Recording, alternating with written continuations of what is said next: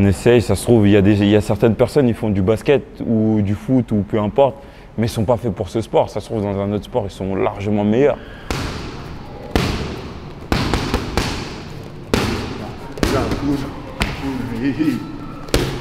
Je faisais du foot et suite à quelques blessures, à certaines décisions, un mauvais parcours, des mauvaises personnes, bah, j'ai dû arrêter pendant un moment, pendant une année on va dire.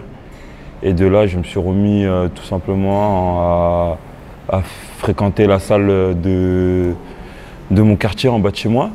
Bah, y a certaines personnes dans leur ville, c'est une maison de quartier. Certaines personnes, c'est un terrain de foot ou un city ou ceci ou cela. Bah, nous c'est la salle de boxe. Bah, la salle de boxe, tout le monde va. Tout le monde va depuis très jeune. C'est naturellement que je suis revenu pour refaire du sac, pour refaire de la boxe, pour reprendre goût, quoi, parce que c'est quelque chose de base que j'aimais aussi. Ça me plaisait déjà, même quand je faisais du foot un peu, je regardais déjà le MMA. Je regardais déjà le MMA parce que j'aimais tout ce qui est grappling, j'aimais tout ce qui est sol. C'était magnifique. C'était magnifique.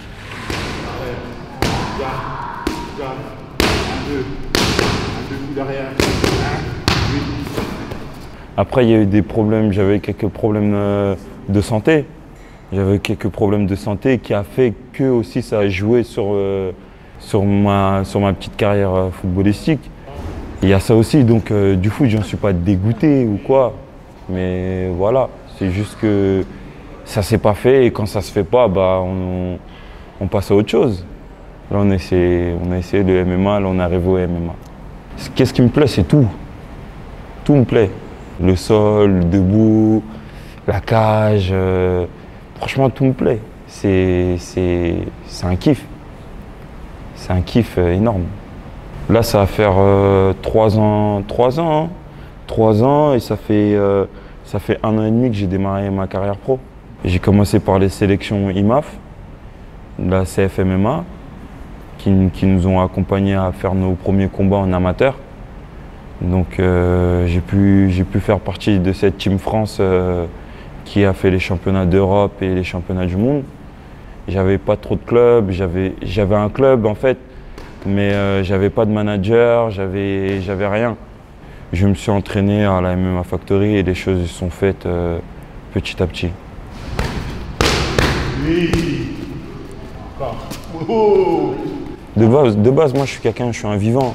Moi je me dis que vas-y, je kiffe chaque moment que je vis, tu vois, avec mes proches, avec les amis, avec le moment, avec chaque chose que je fais, j'essaie de kiffer un maximum. Donc là, ce qui m'arrive, en fait, je le kiffe et moi je vois pas le temps passer. Là, je dis ça fait 3 ans, mais pour moi, on dirait même pas que ça fait 3 ans, tu vois. C'est déjà trop tard. J'aime bien kiffer tous les moments que je fais, parce que après c'est trop tard des fois. C'est trop tard, il y a des moments que tu regrettes et moi justement je veux pas de ça en fait, de regretter les moments. Regretter les choses et donc moi je veux pas trop de ça, j'aime pas trop ça. Bah des regrets personnels par rapport pas forcément par rapport au sport. Pas forcément par rapport au sport, mais des regrets personnels par rapport à des amis qui sont décédés, etc. Où j'aurais pu faire certaines choses, ou par rapport à des amis qui sont en prison, etc. J'aurais pu faire certaines choses et donc maintenant, par rapport à des amis, par rapport même à moi-même, c'est une leçon de vie que j'ai eue. C'est une leçon de vie que j'ai eue et aujourd'hui, je fais attention à tout. Je fais attention à tout, donc j'essaie de kiffer les moments, mais quand il faut dire les choses, par moment, je les dis, quoi. Si demain je dérape, je sais qu'il y a des amis ou des partenaires d'entraînement, ils auront les bons mots pour me dire qu'est-ce que tu fais, tu vois. C'est important et ça, pour moi, c'est dans la vie quotidienne, ça. Pour moi, c'est dans la vie quotidienne. Le MMA, ça t'a apporté quelque chose dans ta vie aussi, comme tu dis, personnel, dans ta façon d'être? Ouais, ça m'a apporté. Ouais, j'évolue au quotidien. J'évolue au quotidien. Je suis quelqu'un de base, j'étais un solitaire. Je traînais tout seul, je marchais tout seul, je faisais mes trucs tout seul. je pensais à personne. J'ai vécu tout seul, j'ai tout fait tout seul. Et mes erreurs, je les ai faites par moi-même.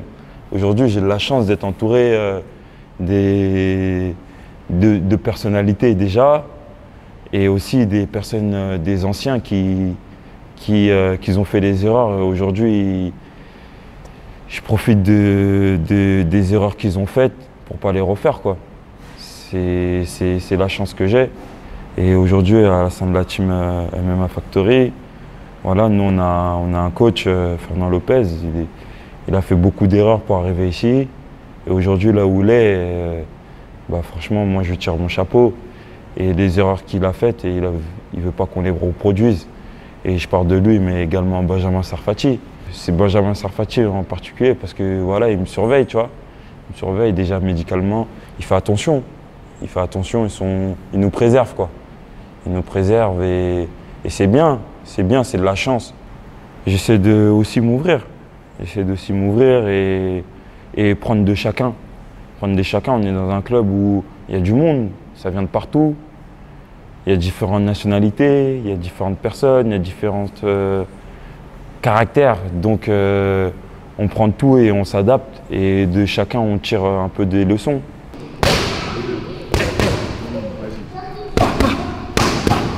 Oui. Je ne fréquente pas tout le monde à l'extérieur de la salle, même si on ne se fréquente pas tous au quotidien. Mais il y en a beaucoup que je vois quand même.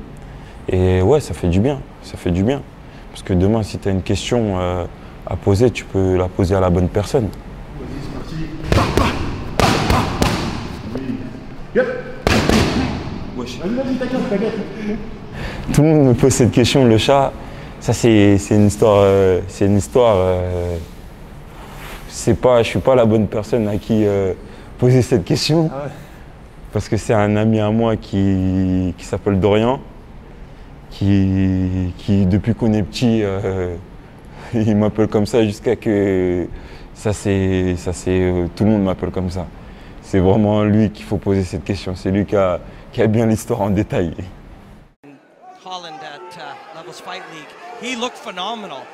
Par rapport au dernier combat sur Ares, contre Oumar, déjà il gagne par décision. Et que ouais, tout le monde est impressionné par Oumar, par ses performances. Chapeau ce qu'il fait et j'espère qu'il continuera comme ça. Pour moi, j'ai pas impressionné parce que j'ai pas montré mes qualités. Ce que je fais d'habitude, j'ai pas su faire pendant ce combat-là. C'est l'occasion de montrer ce que je sais faire là, sur ce deuxième arrêt, de montrer qui je suis, ce que je sais faire. Parce que le dernier arrêt, certaines personnes disent que j'ai impressionné, mais pour moi, ça reste une défaite que normalement j'aurais dû éviter. Vas-y. Oui. Comme je t'ai dit, moi je suis pas quelqu'un qui me met beaucoup de pression. Hein. Je suis même pas du tout de pression. Hein. Donc ce combat, on va le prendre et on va se faire plaisir. On va se faire plaisir. En plus, Igor, c'est quelqu'un que j'avais affronté en demi-finale des championnats d'Europe. On s'était déjà affronté en amateur. C'est quelqu'un que j'affronte une nouvelle fois, mais cette fois-ci en professionnel. Donc franchement, j'ai qu'une hâte, c'est de le affronter. Oui, monsieur. J'ai qu'une hâte, c'est de le affronter parce qu'on a fait une fois en amateur et qu'il avait remporté par décision. Et là, on est en pro, on avait un parcours différent. Il est monté et moi aussi également, j'ai combattu en pro. Donc là, on y est, quoi. On va dire qu'on y est. T'as une revanche à prendre? Pas une revanche, mais tout comme.